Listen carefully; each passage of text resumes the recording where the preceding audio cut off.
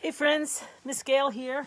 I'm out on my front porch. Remember I told you I'd introduce you to my dog, Marley? Come here, Marl. Come here, good girl. This is my good girl, Marley. Come here, good girl. Oh, she's got a duck. Yeah, this is Marley. Come here. Say hello. Say hello. Hey. Anyway, that's Marley, and she's always got a duck in her mouth or some sort of toy. Do you want to go for a walk, Marley? Yeah, you do? You do? Yeah, she gets a little excited. So today, for story hour, I thought we'd go for a little walk in the woods because I heard some noise the other day.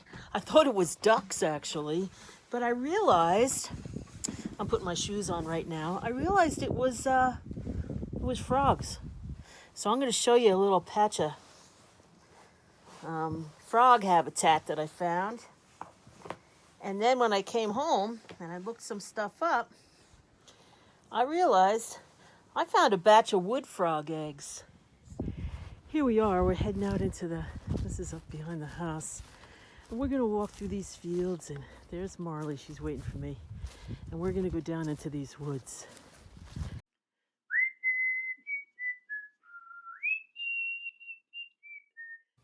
"999 Tadpoles" by Ken Kimura and illustrated by Yasunari Murakami. We're going to read today's book with permission from North-South Publishers. 999 Tadpoles.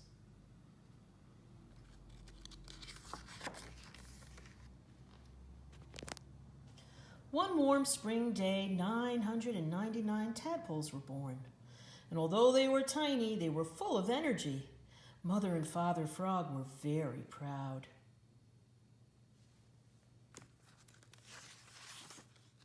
The 999 tadpoles grew and grew and grew until one day they grew into frogs.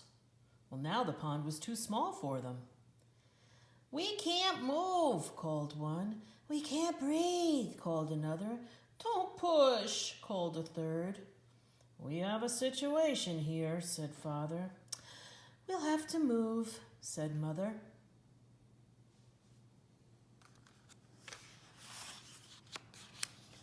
So, 999 frogs scrambled to get out of the pond.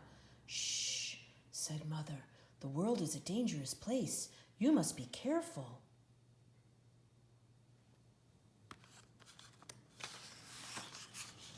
"Follow your father."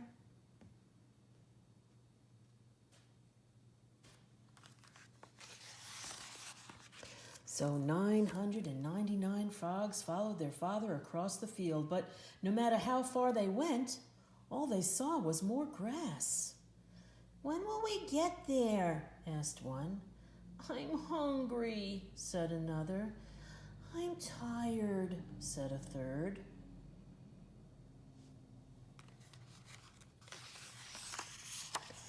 "Keep hopping," said Father, "or a scary snake might get you."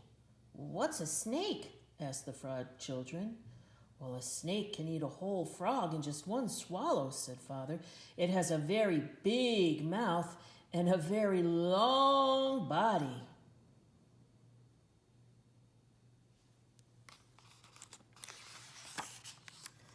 "Like this?" asked the children.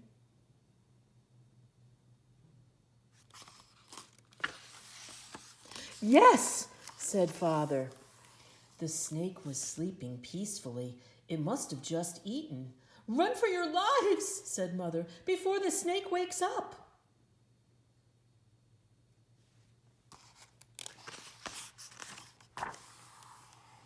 So 999 frogs ran for their lives across the field. They didn't notice a hungry hawk flying over their heads, and then the hawk swooped down.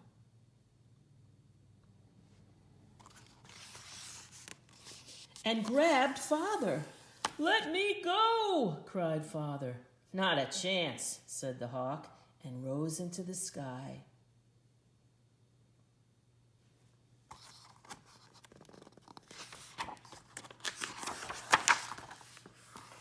"Let him go," cried Mother, and she grabbed onto Father's leg.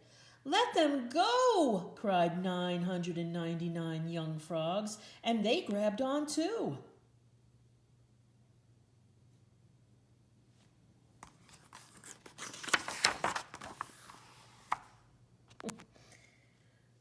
"Why is this frog getting so heavy?" the hawk wondered, and he looked back. Wow! He was carrying a whole year's supply of frogs. He was so pleased, he flew even higher.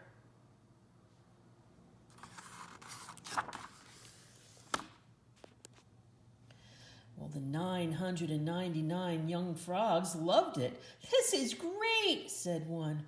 "What of you?" said another. "Whee!" said a third. Well, mother and father were not as enthusiastic. They were worried about falling. "Don't let go," warned mother. "No matter what," said father.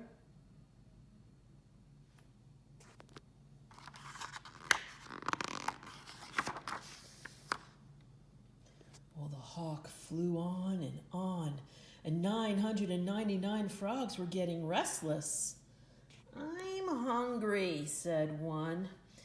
"When will we get there?" asked another. "I'm tired," said a third. The 999 young frogs began to wiggle, and every time they wiggled, the hawk swerved. "Hang in there, hawk," said father. "Don't let us go."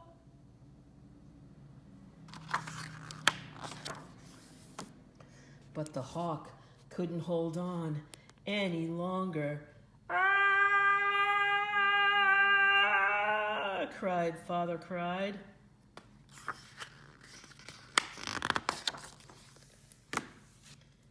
Mother and father and 999 young frogs fell from the sky.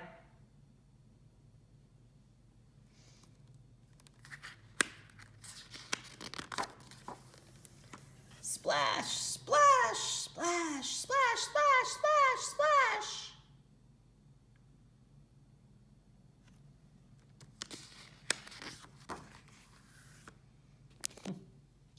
Mother and father and 999 young frogs fell into a pond, a big pond.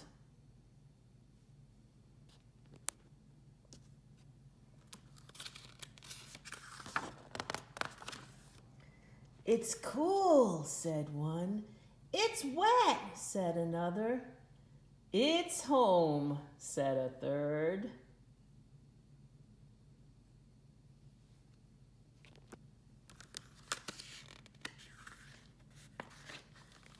The end.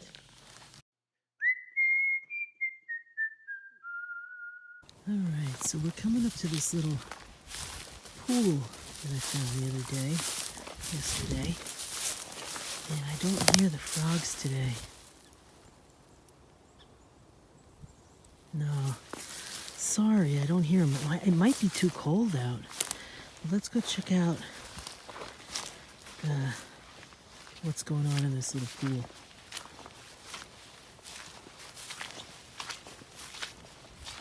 I can't hear anybody. Ah, but look at this. Look what's down here. Can you see that? See all those eggs? Those are frogs' eggs. That's Marley walking through the water. And you can see that there are hundreds of them.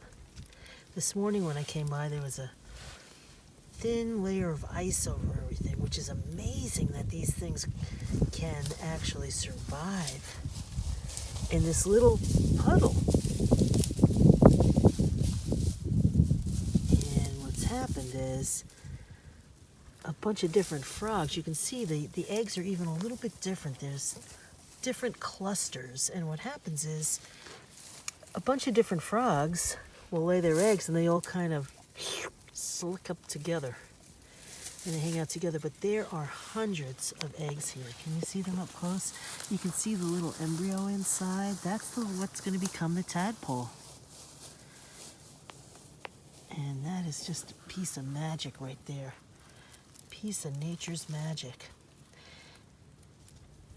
And so that's what I wanted to show you. Let's go back to the house and read some stories about frogs. Nice.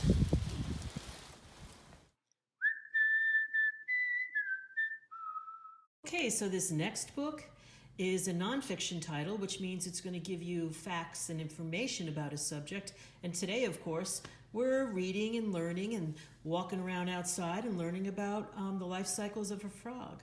So the title is From Tadpole to Frog, and it's written by Sally Hewitt, and we have permission to read it from the publishers at Q&B Readers. From Tadpole to Frog, life cycles. One cool thing about nonfiction titles is they have a table of contents, and so it has an outline to help the readers, to help you find information about specific things. Like you can read about frog spawn on page 4, tadpoles are written about on page 6. Let's jump in. All right. Something is floating on the edge of the pond, and it looks like jello with spots. It's thousands of tiny frogs' eggs called frog spawn.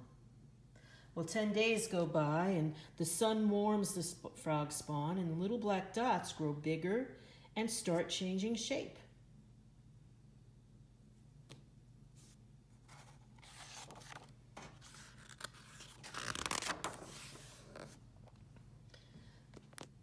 Tiny tadpoles wriggle out of the jello and swim away. They have big heads and long tails. The tadpoles eat water plants. A big fish in the pond watches the little tadpoles. Well, big fish like to eat little tadpoles.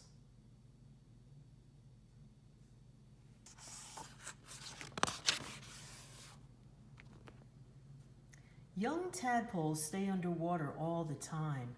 They breathe through gills on the sides of their heads. But tadpoles keep changing, and at 4 weeks old, they start breathing through new gills inside their bodies. These are the gills that they're breathing through. Look, you can see their tail, how their tail is going to grow.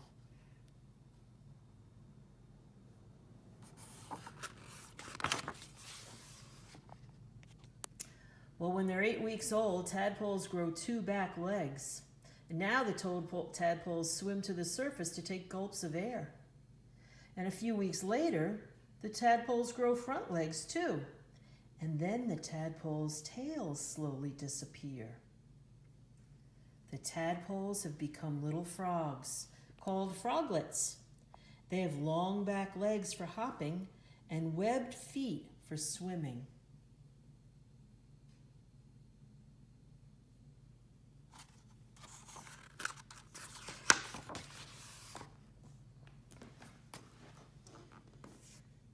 Froglets swim on the pond and sit on stones, floating leaves, and lily pads. They hop around on land and hide in long grass. Raccoons and skunks, snakes, turtles, and birds all feed on frogs, but little speckled frogs are hard to see in the grass.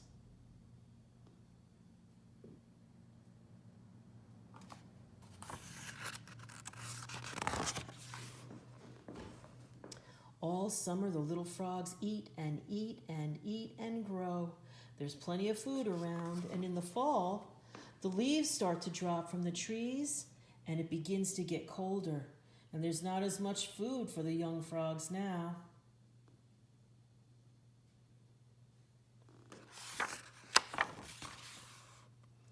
So, in the winter and spring, the frogs find a hiding place in piles of leaves under the logs, and they sleep through the cold winter. When spring comes and the frogs wake up, the male croaks to attract a female. Well, now on the edge of, there's a clump of frog spawn on the edge of the pond. And so the cycle goes. That is the End of our story reading today. That's the full life cycle from tadpole to frog.